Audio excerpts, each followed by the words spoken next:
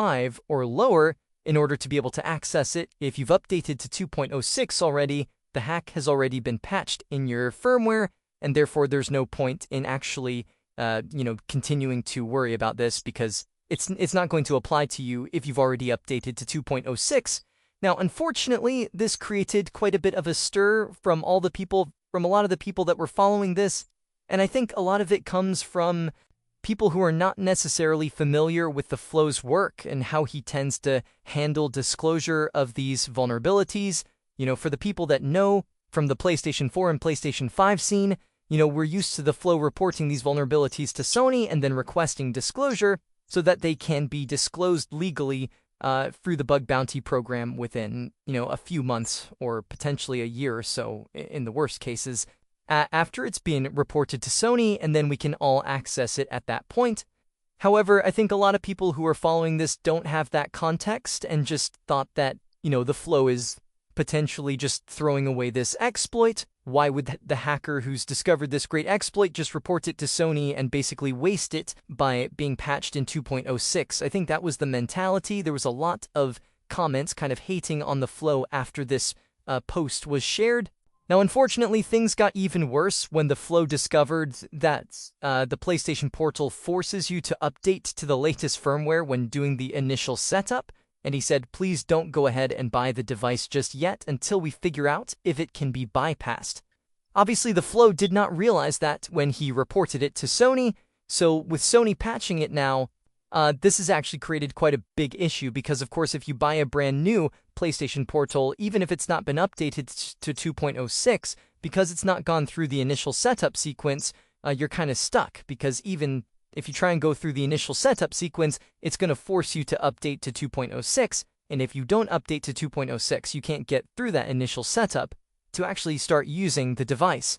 So that is a serious problem, and there hasn't really been a workaround found yet. There is a workaround for just the normal update prompt, so that if you've already gone through the initial setup sequence, but you're getting prompted to update to 2.06 whenever you connect to the network, there is a way to bypass that so that you can keep using your PlayStation Portal on the older firmware until the hack releases. I'll be showing you guys in just a minute how you can actually set that up to get around that issue. But if you've not gone through the initial setup sequence right now, unfortunately, you're kind of shit out of luck so far, and maybe there'll be a way to bypass it discovered soon. It's probably just best at this point to just leave the PlayStation Portal off until a solution can be found. So anyway, this kicked up quite a bit of drama. Of course, there's a lot of people that were very upset about this whole situation, about the Flow reporting it to Sony and having the exploit be nerfed in this way. Now, the Flow put out several replies saying it guarantees safe and legal disclosure to the public, which is a win-win for everyone.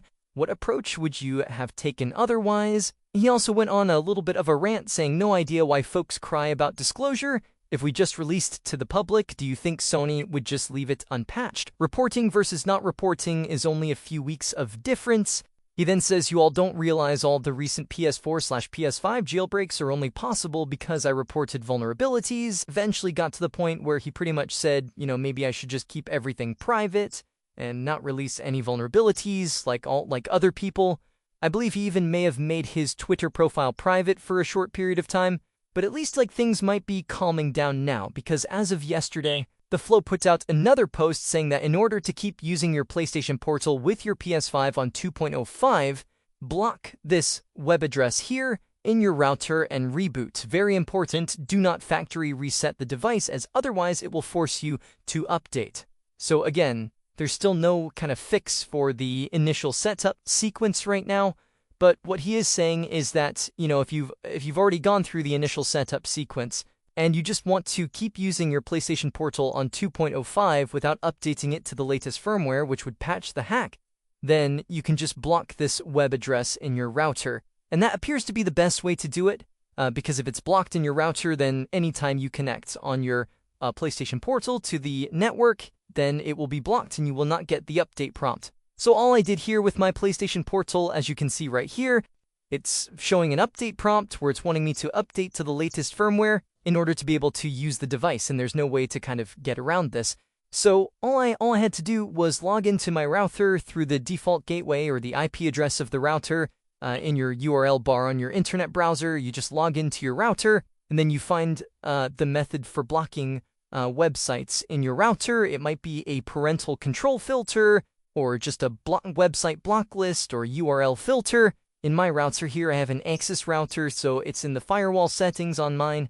And there is a URL filter, and I can just set it to the deny list, and then add the link in there as one of the websites I want to deny access to, and then I just apply that, and that web address is then blocked. So dwc.dl.playstation.net, you want to block that in your router, and then from there, when I reboot my PlayStation Portal, you will see that it will no longer give me the update prompt because it's not getting the information from Sony that there's a new update available because that web address is being blocked. So that is the best way to do it at the moment. Potentially you could use, DNS stuff or a proxy, or there's other ways that it could be done, but this is probably just the best way to do it. In general, most routers will have a method of blocking websites. So that is the way to do it right now. Block that address in your router. And then, as you can see here, I'm now able to use the PlayStation Portal. It's no longer giving me the update prompt. And if I check my firmware version here in the device settings, you can see I am on 2.05. So my PlayStation Portal is vulnerable to the hack, and I'll be able to use the hack once it comes out. And I'm still able to use the PlayStation Portal in the meantime to connect to my PS5 and continue using it as normal. So that's what I would recommend right now for anybody that's already gone through the initial setup phase but hasn't updated to 2.06 yet. Block that web address in your router so you can keep using your PlayStation Portal in the meantime until the hack is released. So that's the way to go right now. Unfortunately, we'll just have to wait and see if we get some other way to bypass the initial setup update prompt at some point in the future.